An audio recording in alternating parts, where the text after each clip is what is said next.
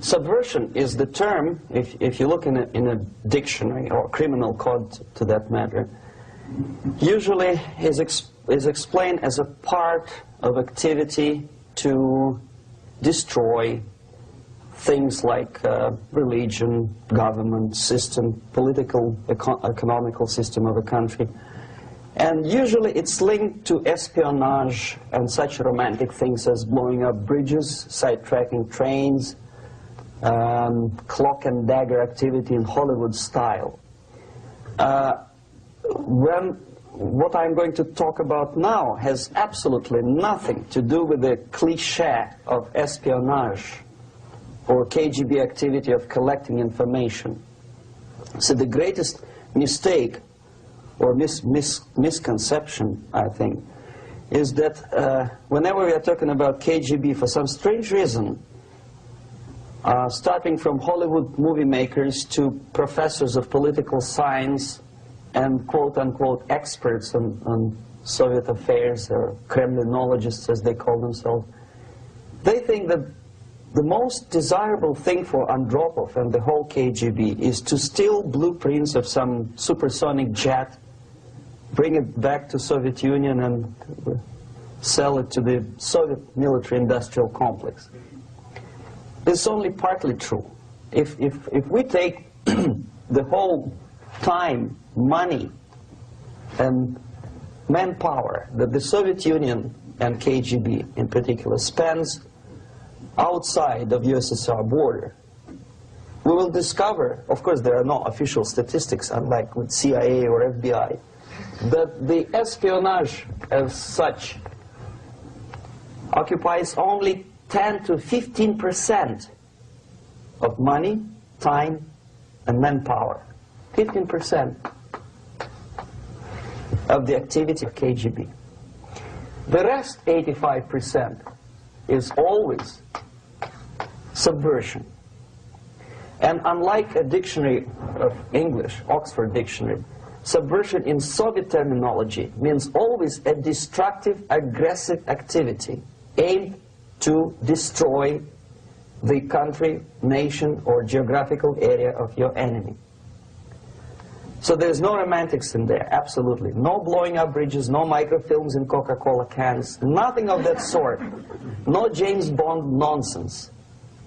It's most of this activity is overt, legitimate, and easily observable if you give yourself time and trouble to observe it.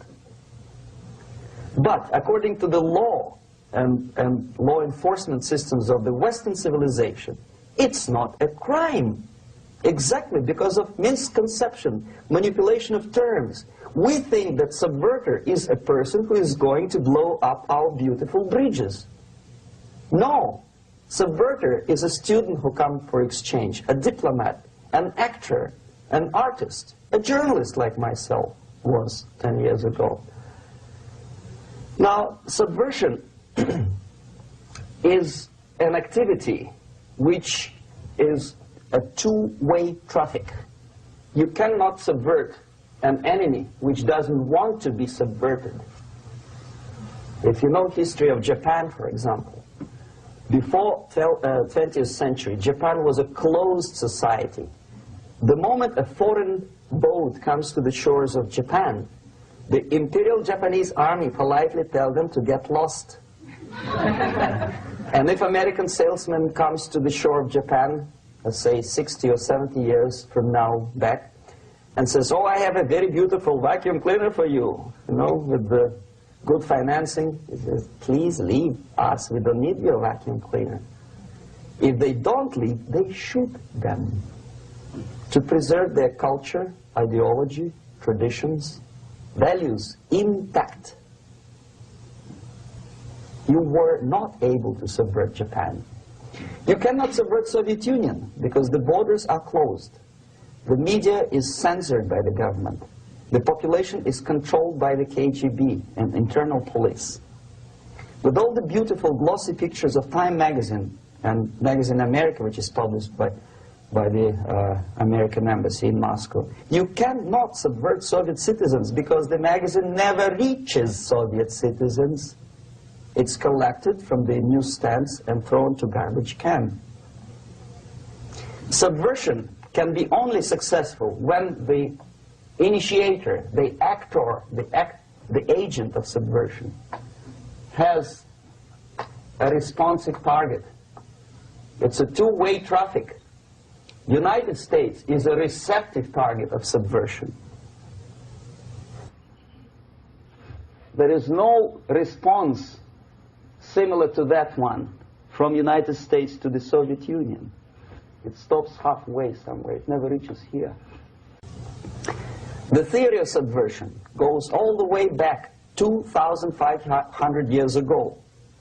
The first human being who formulated the tactics of subversion was a Chinese philosopher by the name of Sun Tzu.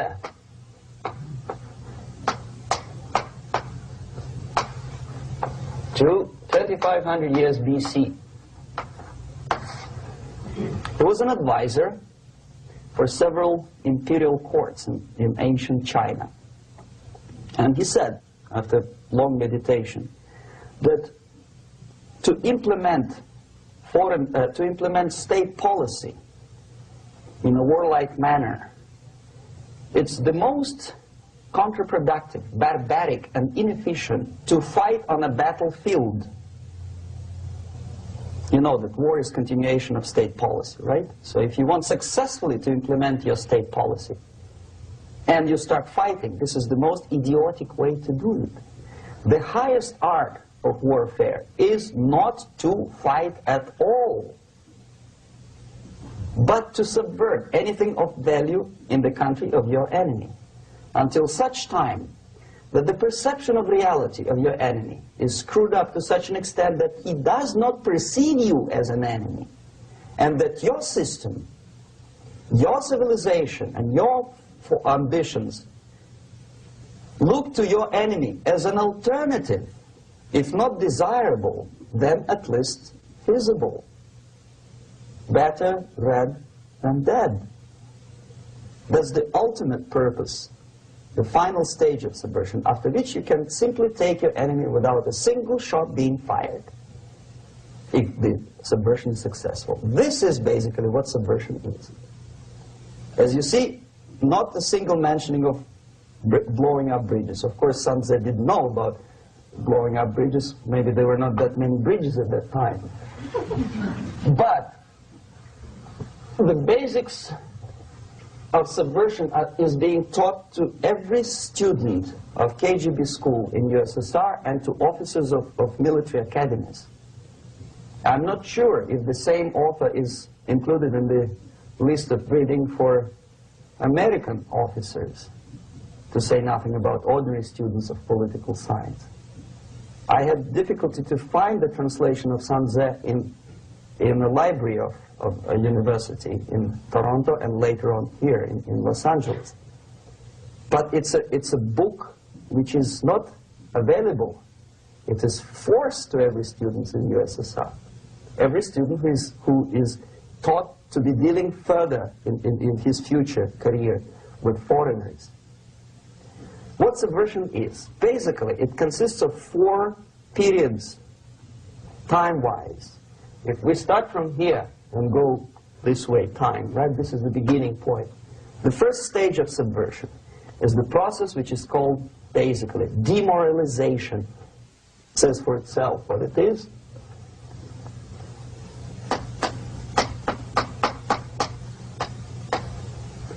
It takes from, say, 15 to 20 years to demoralize a society. Why 15 or 20 years? This is the time sufficient to educate one generation of students or children. One generation, one lifetime span of a person, a human being, which is dedicated to study, to shaping up the outlook, ideology, personality. No more, no less. Usually it takes from 15 to 20 years.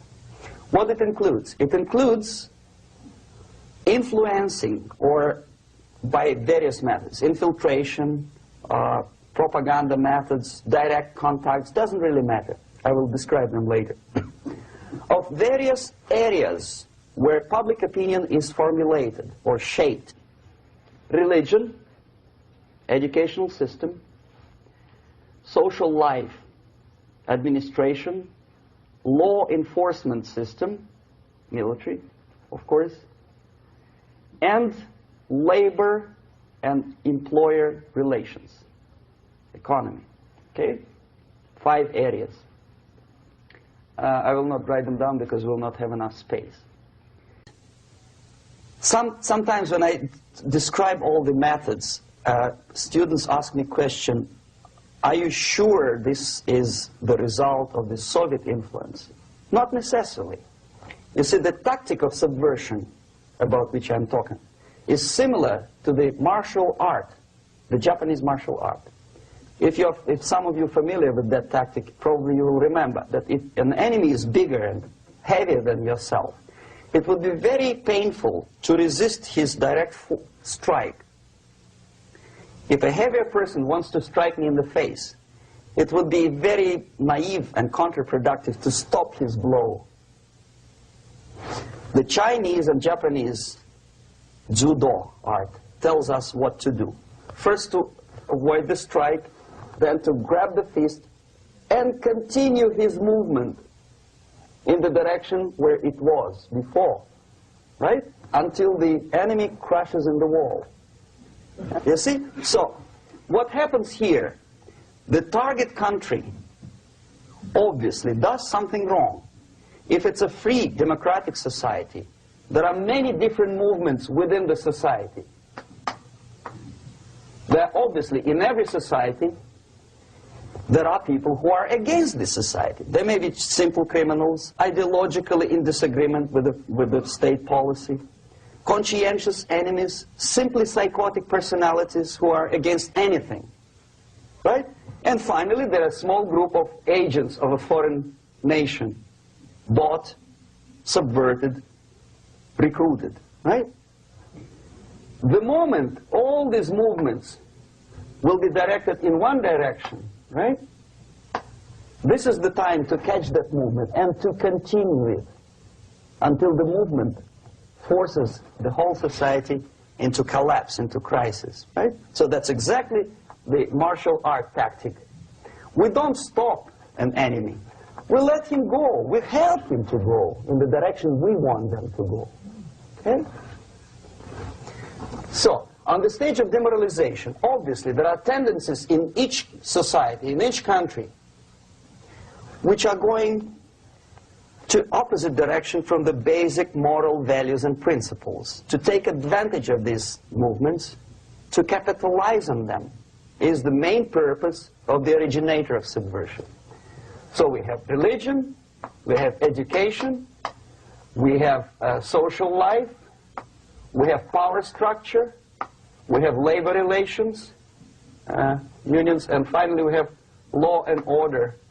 1, 2, 3, 4, 5, 6. Okay? These are the areas of application of subversion. What it means exactly? In case of religion, destroy it, ridicule it, replace it with various sects, cults, which bring people's attention, faith, whether it is naive, primitive, doesn't really matter. As long as the basically accepted religious dogma is being slowly eroded and taken away from the supreme purpose of religion, to keep people in touch with the supreme being, that serves the purpose. Therefore, replace it, accepted, respected religious organizations with fake organizations. Distract people's attention from the real faith and attract them to various different faiths. Education. Distract them from learning something which is constructive, pragmatic, efficient. Instead of mathematics, physics, foreign languages, chemistry, teach them history of urban warfare, natural food, home economy, your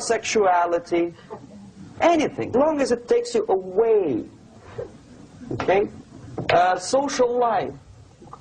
Replace traditionally established institutions and organizations with fake organizations. Take away the initiative from people. Take away the responsibility from naturally established links between individuals, group of individuals, and society at large, and replace them with artificially, bureaucratically controlled bodies. Instead of social life and friendship between neighbors, establish social workers institutions. People who are on payroll of whom? Society? No. Bureaucracy. The main concern of social workers is not your family, not you, not social relations between groups of people. The main concern is to get the paycheck from the government. What will be the result of their social work doesn't really matter. They can develop all kinds of concepts to show to the government and to the people that they're useful. Okay, away from the natural links, power structure. Okay, the natural bodies of administration, which are traditionally either elected by people at large or appointed by elected leaders of society, are being actively substituted by artificial bodies. The bodies of people, groups of people, whom nobody elected, never. As a matter of fact, most of the people don't like them at all, and yet they exist. One of such group is media. Who elected them? How come they have so much power? Almost monopolistic power on your mind. They can rape your mind. But who elected them? How come they have a nerve to decide what is good and what is bad for the elected by you, president, and his administration? Who the hell are they? Spiro Agnew, who was hated by the liberal left, called them a bunch of enfeebled snobs. And that's exactly what they are. They think they know. They don't. The level of mediocrity. In a big establishment like New York Times, Los Angeles Times, major television network, you don't have to be excellent journalist. You have to be exactly a mediocre journalist. That's easier to survive. There's no competition anymore. You have your good, nice income, $100,000 a year. That's it. Whether you're better or worse doesn't really matter anymore. As soon as you're smiling to the camera and do your job. That's it. No more competition. Power structure slowly is eroded by the bodies and groups of people who do not have neither qualification nor the will of people to keep them in power, and yet they do have power. Okay. Together with that, there is another process. Law enforcement, law and order organization and structure is being eroded. For the last 20, 25 years, if you see old movies and new movies, you can see that in new movies, a policeman, an officer of the United States Army looks dumb, angry, psychotic, paranoid. A criminal looks nice, kind of, well, he smokes hash and shoots the whatever drug, but basically he's a nice human being. He's creative. And he's unproductive only because society oppresses him. Whereby a general of Pentagon is always, by definition, a dumb, a war maniac. A policeman is a pig, rude policeman. He abuses his power. You know? A generality, generalization like that. The hatred, the mistrust to the people who are supposed to protect you and enforce law and order. Moral relativity. The Angelo Buono process lasted 2 years in Los Angeles. Relativity. The Angelo Buono process lasted 2 years in Los Angeles. And yet there are still some lawyers who say, look, he's a nice character, as a matter of fact.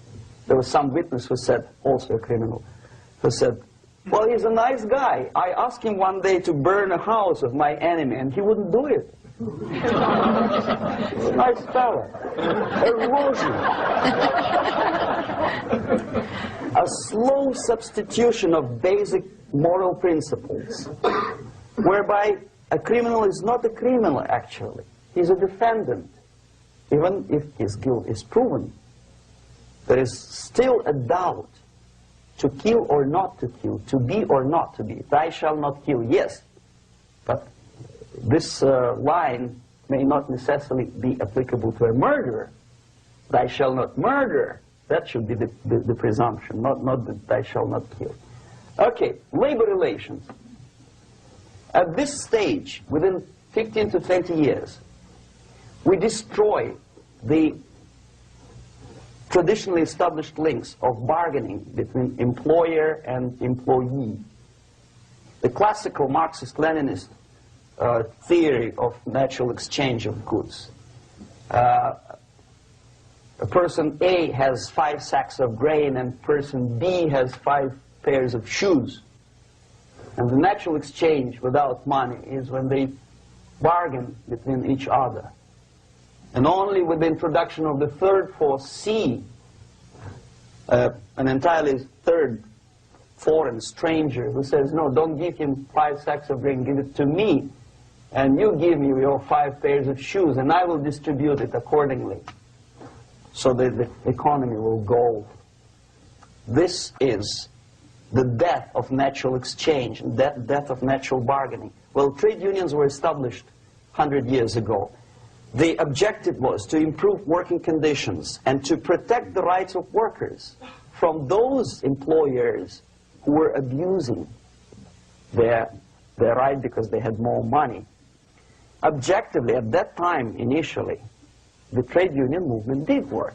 What we see now is that the bargaining process is no longer resulting in the compromise, which is leading objectively to betterment of working conditions and increase of salary. What we see is that after each prolonged strike, the workers lose. Even if they have 10% increase of their salaries, they cannot catch up due to inflation and due to missed time. More than that, millions of people suffer from that strike because economy now is interdependent. It's intertwined like one body. If previously steel workers, say 100 years ago, could strike and nobody would suffer, now it's impossible anymore. If a garbage collector strikes today, the rest of the multi-million city is stinking. I mean, there's no more service. In Quebec, for example, we had the electricians who were on strike in the middle of winter. You can freeze your bottom, and they still were on strike. Did they catch up with the salary? No, they lost. Who benefited? The leaders of trade unions. What is the motivation for strike?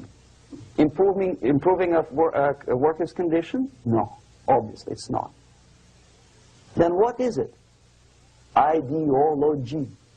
To prove to these capitalists. And the obedient horde of workers, like sheep, follow these people. And they cannot disobey. Why?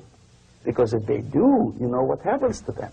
Pickets, murders, shooting truck drivers by picketers. In Montreal, for example, I saw with my own eyes when I was correspondent of CBC International, Canadian Broadcasting Corporation, when the workers of aircraft factory destroyed computers and the equipment in the factory. And the administration employed strike breakers. Their cars were turned upside down and burned. Their houses were burned. Their kids were intimidated. And some victims were there. Of that you can be sure. Why? To improve conditions of workers? No. Ideology. Okay, so this is what happens basically. It may or may not happen without the help of the Soviet Union. But the natural tendencies are being greatly taken advantage of and capitalized by the Soviet propaganda systems. How? Whenever trade union strikes, we have influx of propaganda, mass media, ideological dissemination. The workers' right, and we repeat it like parrots. Yes, workers' right. Whose rights? Workers? No. The only freedom of worker to sell his labor according to his own desire and will is taken away from him. By whom? By trade union boss. Unlimited power is given. Responsibility. I want to sell my labor not for $2.50 an hour, but for $2. I don't have right. My freedom is denied to me. I know that if I sell my work for $2 an hour, not for $3 an hour, I will compete better with the other guy who is lazy and more greedy. I don't need $3. I need only $2. No, I was made to believe by media, by business, by advertising agencies that I need more and more and more. Have you ever heard any advertising on TV to consume less? No. No way. Whether you need a six-cylinder car or not, you have to buy it. And hurry up. When I was driving here, on the local radio station, an excited announcer said, "You hurry up, rush and save, save, save. There is a pantyhose sale." Save by buying more. See? Of course. It would be too naive to expect that KGB makes that advertising agency to do such a crazy commercial. No, of course not. But what we did when I was working for Novosti Press, we would snow plow editorial offices, student organizations, religious groups with literature of class struggle. If not directly Marxism-Leninism propaganda, then a propaganda of the legitimate aspirations of working class, betterment of life, equality. Equality, mind you. President Kennedy once said, "We will make America to believe that people are born equal." Are people born equal? Is there any mentioning in the Bible or any other holy scripture in any religion, if you don't believe me, go to the library and check it, there is not a single word about equality. Just the opposite. By your deeds, God will judge you. What you do is important. The merit of your personality. You cannot legislate equality. If you want to be equal, you have to be equal. You have to deserve it. And yet we build our society on the principle of equality. We say people are equal. We know it is false. It's a lie. Some people are tall and stupid. Others are short, bold, and clever.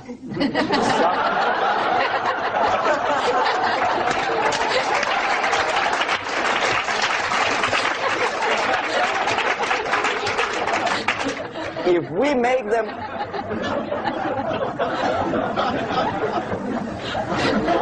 we make them equal by force, if we put the principle of equality in the basis of our socio-political structure, it's the same thing as building a house on sand. Sooner or later it will collapse, and that's exactly what happens. And we, as Soviet propaganda makers, are trying to push you in the direction which you go yourself. Equality, yes, equality. People are equal. Land of equal opportunities. Is it true or not? Think about it. Equal opportunities. Should there be equal opportunities? For me and for a lazy bastard who comes here from some other country and immediately registers as a welfare recipient benefits? I never received a single dollar. No, sorry, I did receive once. But I never applied for welfare. For the 13 years, I took any job. Security guard, journalist, taxi driver, anything. Well, I was restless, but some people don't like it. They immediately. So why should we have equal opportunities? Why? The equal opportunity to excel. Equal opportunity in equal circumstances, yes, but you know people are different. To excel, yes, provided we reach the same level of excellency, perfection, which is hypothetical, distant future. Yes, maybe. But we know perfectly well that even with the best intentions, people could not be equal. Why should we have equality in the, say, legal system? Myself, I'm considering myself a law-abiding citizen, and a person who comes here to rob and shoot, say, the United States administration under Carter imported thousands of Cuban criminals. They were non-criminals, yet they were accepted. Do you think it's fair if myself and my wife from Philippines, who work like a, excuse me, horse as a lab technician in a hospital, should have the same rights as a criminal from Cuba? Why? And yet we repeat as parrots, equality, equality, equality. And the Soviet propaganda system helps us to believe that equality is something which is desirable. Democracy, as it was established by fathers of this country, of this system in the last century, is not equality. It's the system where different people, unequal people, have a chance to survive and help each other in constant competition, in constant perfection, not inequality, which is superimposed from a godfather or a nice person in Washington, D.C. And the absolute equality exists in Soviet Union, quote-unquote equality. Everybody is equal in dirt, except some people are more equal than the others in Politburo. So, the moment you bring a country to the point of almost total demoralization, when nothing works anymore, when you are not sure whether it is right or wrong, good and bad, but there's no division between evil and good, when even the leaders of church sometimes say, well, violence for the sake of justice, especially social justice, is justified in the countries like Nicaragua, El Salvador, well, maybe Rhodesia, and we listen to them and say, yeah, probably it's true. Is it true? No, it is not true. Violence is not justified, especially for the sake of quote-unquote social justice introduced by Marxist-Leninists. That is my former colleagues from Novosti Press Agency. Okay, so we reached that point. The next step is destabilization.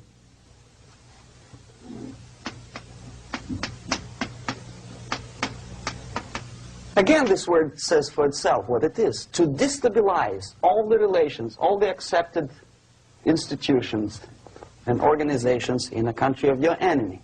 How you do it? You don't have to send a battalion of KGB agents to blow up bridges. No. You let them do it themselves.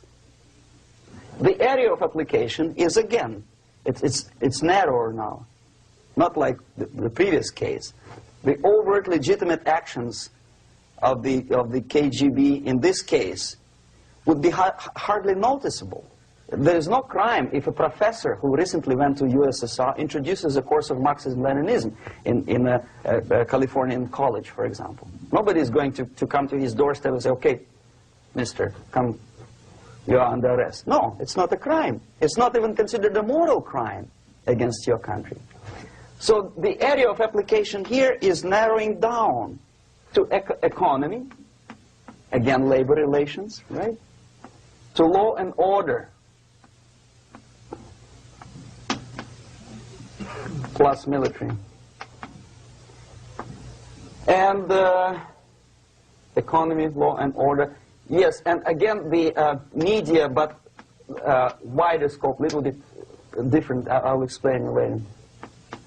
Okay, basically 3 areas. Economy. The radicalization of bargaining process. If on that stage we still could achieve, theoretically, some positive compromise between the negotiating sides with say, arbitrary, introduction of arbitrary judges, a third side, objectively judging the demands of both sides. Here it's radicalization.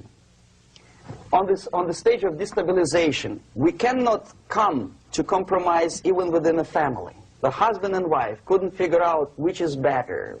Husband wants his kids to eat at the table, and wife wants him, a child, to roam around the room and drop food all over the floor. They cannot come to compromise unless they start a fight. It's impossible to reach a compromise, constructive compromise, between neighbors. Some people say, I don't like you to watering your lawn at that time because exactly at that time I'm walking my dog and he's getting nervous and he cannot pass his bowels, you know. So they cannot compromise. They go to a civil court or something like that. radicalization of human relations. No more compromise. Fight, fight, fight. The normal, traditionally accepted relations are destabilized. The relations between teachers and students in schools and colleges. Fight. The relations between, in economical sphere, between laborers and employers are further radicalized. No more acceptance of the legitimacy of demands of workers. Unlike Japanese, with the theory Z, if you ever heard about it, where the workers are involved in decision-making process, therefore they don't have moral incentive to fight their bosses. In the United States, it's just the opposite. The harder is the fight, the better. The more heroic they look.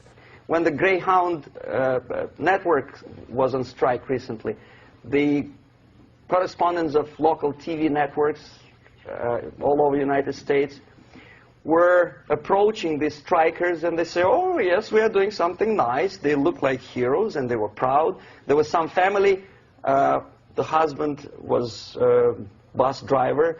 Now they decided in a protest against the bosses to camp somewhere in the forest.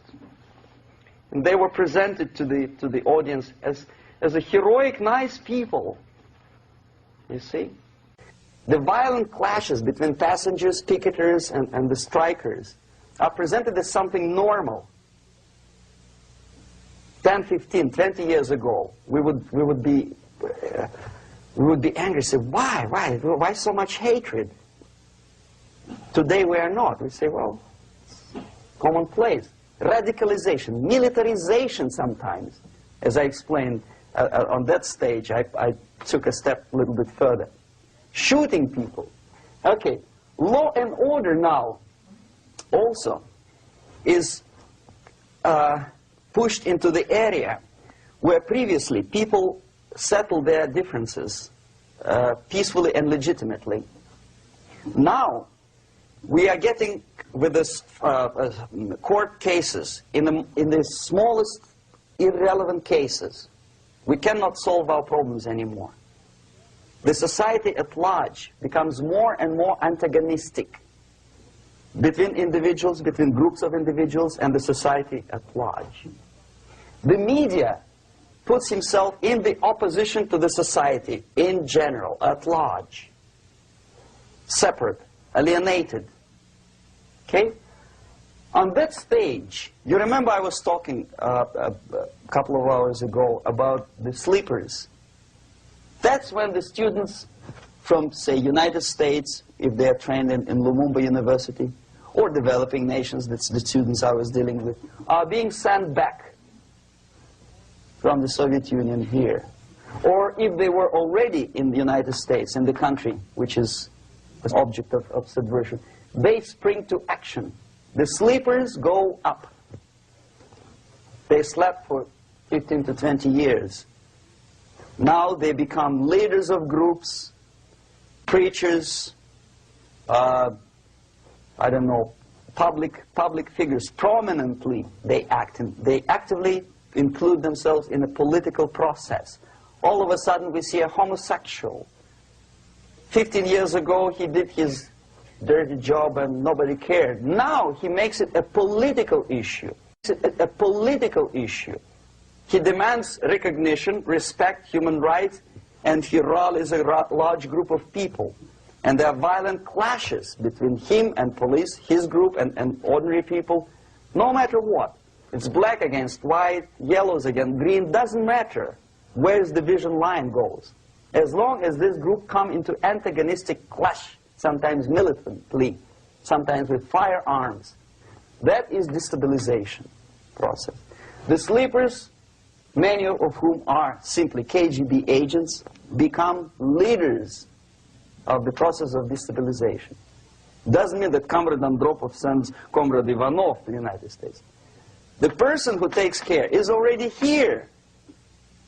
He is a respected citizen of the United States. Sometimes he gets money from various foundations for his legitimate struggle for, I don't know, human rights, women's rights, kid lib, prison lib, whatever. There are sympathetic Americans who donate their money to him. This stabilization process usually leads directly to the process of crisis. In case of developing nations, that's the area where I was active. The process starts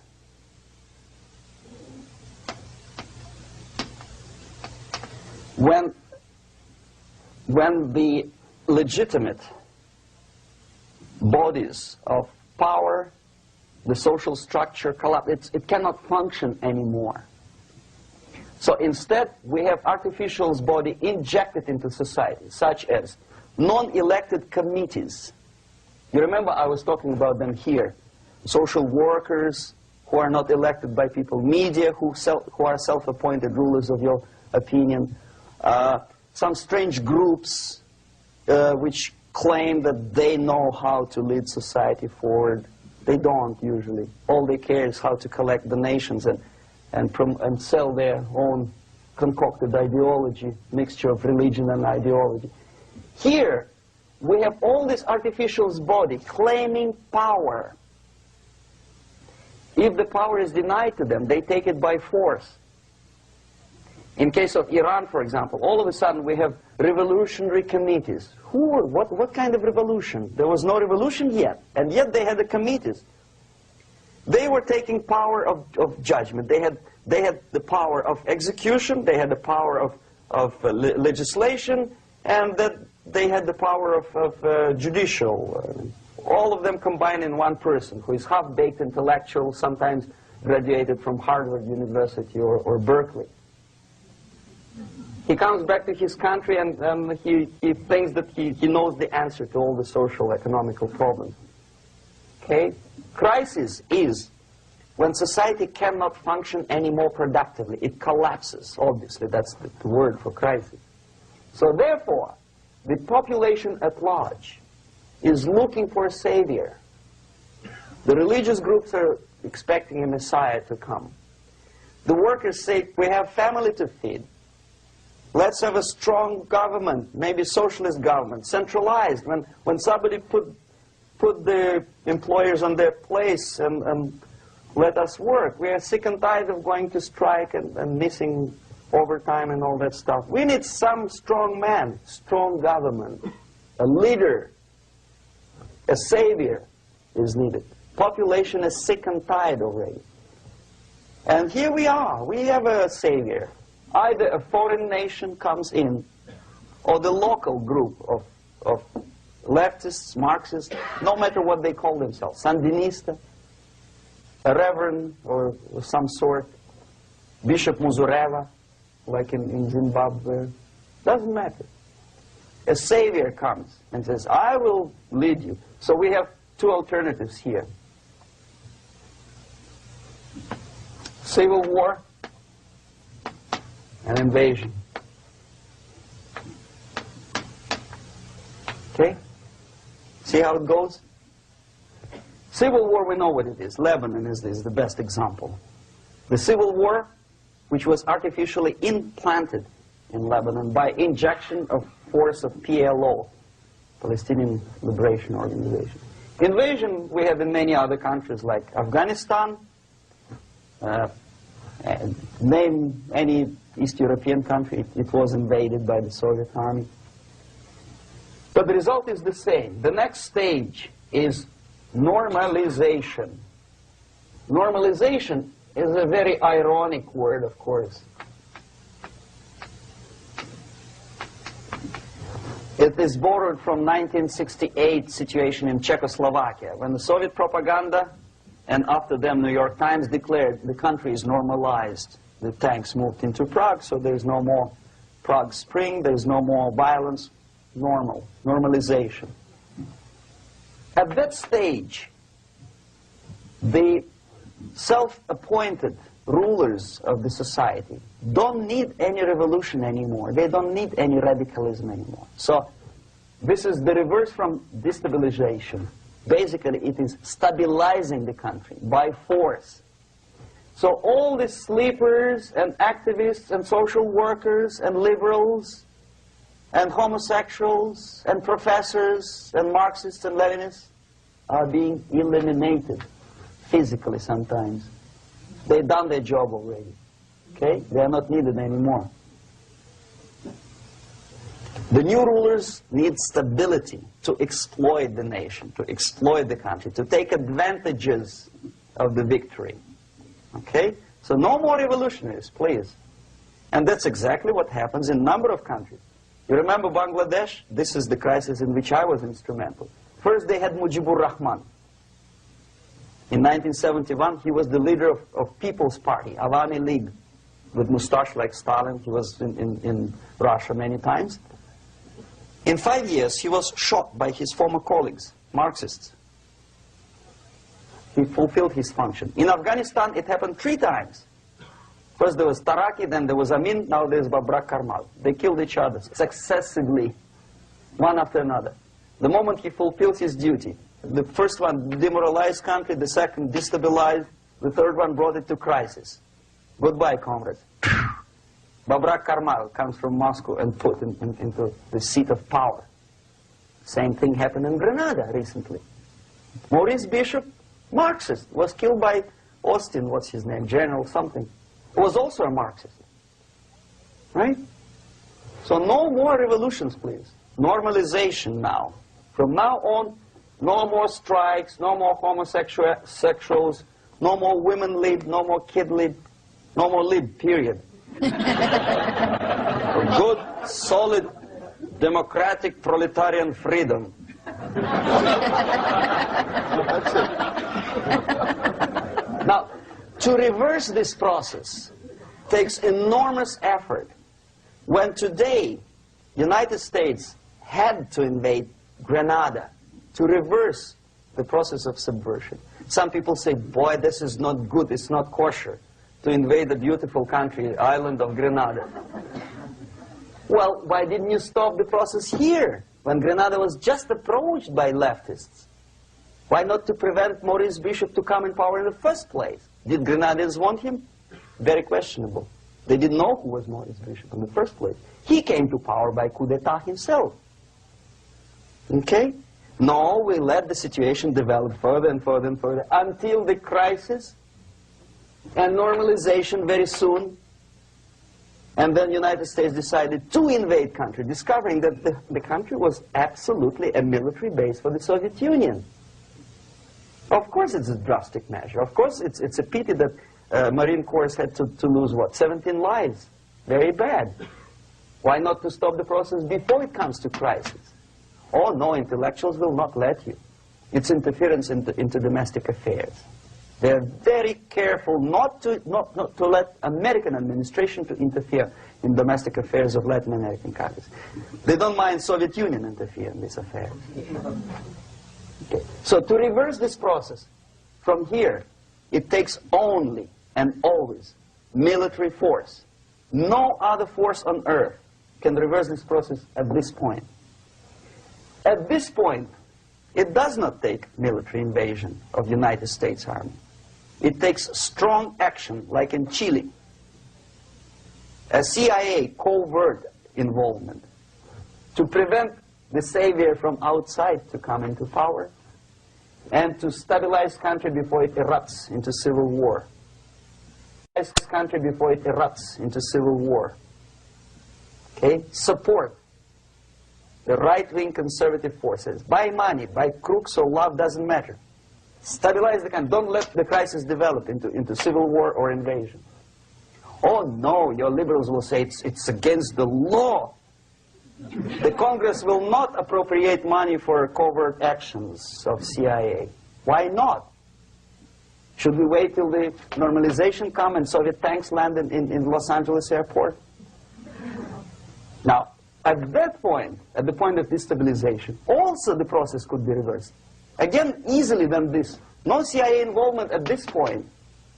You know what it takes here? Restriction of some liberties for small groups which are self-declared enemies of the society. As simple as that. Oh no, the media and liberals will tell you this is against the American Constitution. How can we by force deny the civil rights to criminals, for example. It's not good. Okay? So we allow them to.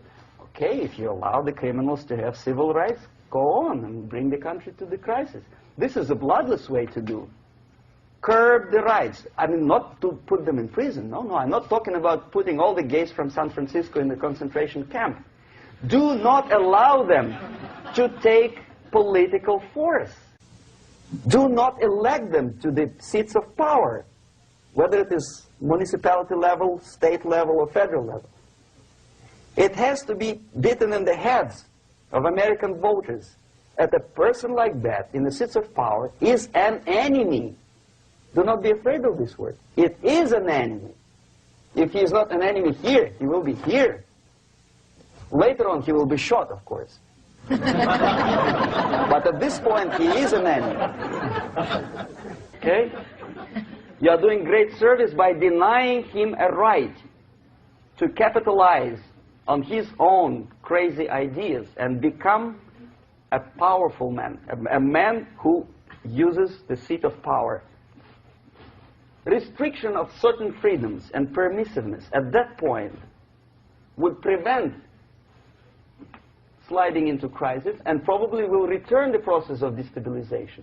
To curb unlimited power, monopolistic power of trade unions, here, at that point, would save economy from collapsing. To introduce a law to stop private companies of raping public opinion's mind in the direction of consumerism. No company must have a right to force you into buying more unless you want it. There must be a law. You want to advertise your car? Okay. But not a single mentioning of buying it now and saving money. It must be against the law to force people to consume more. Self-restraint. Previously, before this process started, the self-restraint was a business of church, religion. Because our preachers, the fathers of church, would tell us, material values are good, but it's not the prime function of human being. Because you have to live with something. Obviously, the design for our life is not to consume more deodorants. There must be something greater.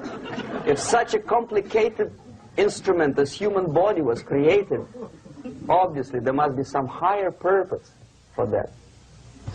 And it's very easy to avoid destabilization by denying the greedy companies one little freedom, one little liberty, forcing you into turning yourself into processors of unwanted products and goods. They turn you into machines, like the worm who there's inlet and outlet. So, and how long an average appliance lasts these days? Less than a year. Why? Where's workmanship? Well, we want you to buy more. Okay. Destabilization process could be easily overcome if, as I say, the society, by its own will or after persuasion by the leaders, will come to the idea of self-restraint. It's so hard we want to consume more, but you have to. Unless you will come to this stage, when, as we say in Russia, if Sahara Desert ever becomes a communist state, there will be shortage of sand. So you have to curb your... You have to curb your expectations at this point before it's too late. But no, we don't want to do it. Demoralization process. Again, it's the easiest thing to reverse. First of all, by restricting import of propaganda. The easiest thing to do. Unlimited, unrestrained import of Soviet literature, Soviet journalists. Giving Soviet propaganda and ideological agitators equal time on American TV network. It has to be stopped. And it's easy. They won't be offended, mind you. As a matter of fact, they will respect America more. But when my former colleague Vladimir Posner appears on Nightline, and Ted Koppel asks him, well, Vladimir, what do you think about this? And what can he think? He is an instrument of propaganda. He thinks what Comrade Andropov tells him to think. He's just a nice, articulate mouthpiece of the Soviet subversion system. And Ted Koppel makes you believe that my friend Vladimir Posner thinks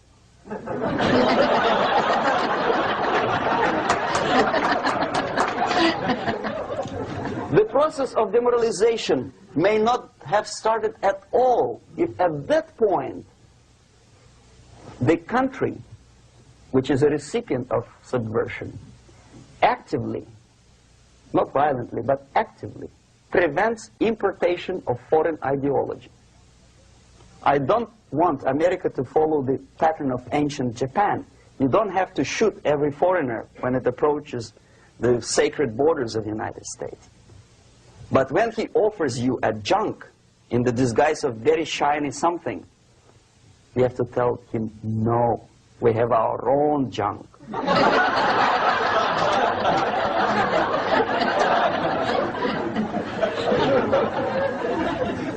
If at that point the society is strong, brave, and conscientious enough to stop importation of ideas which are foreign,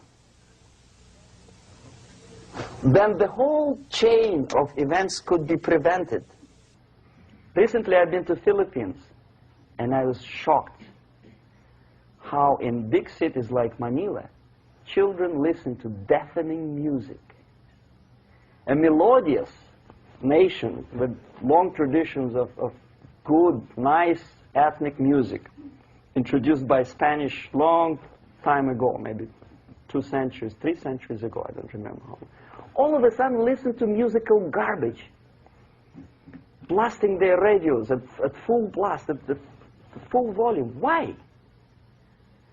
In India, I spent many years watching the reactions of Indians walking out of movie theaters after seeing Hollywood production. They couldn't figure out why Americans are so wasteful. They smash their cars, their shiny cars, every 5 minutes. How come they shoot each other for $500,000? Is it true that they're so obsessed with sex? Can you imagine showing a movie where each 5 minutes there's a copulation on the screen to a country like India with long tradition of respect to these private matters, or to Pakistan? And United States expect these people to respect you? No way. Oh yes, they will see the movie, they'll pay 5 rupees to see that garbage, but they walk out and will tell their kids, don't respect Americans, don't be like Americans. See? So, the process of demoralization could be stopped right here, both as an expert and as an import. And that takes one step, one very important thing to do. You don't have to expel all the KGB agents from Washington, D.C. The most difficult and at the same time the simplest answer to the subversion is to start it here and even before, by bringing back the society to religion, something that you cannot touch and eat and put on yourself, but something that rules society and makes it move and preserve it. A Soviet scientist, Shafarevich, who has nothing to do with religion, he is a computer scientist, did a very intensive research on the history of socialist countries. He calls socialist or communist any country with a centralized economy and a pyramidal style of power structure.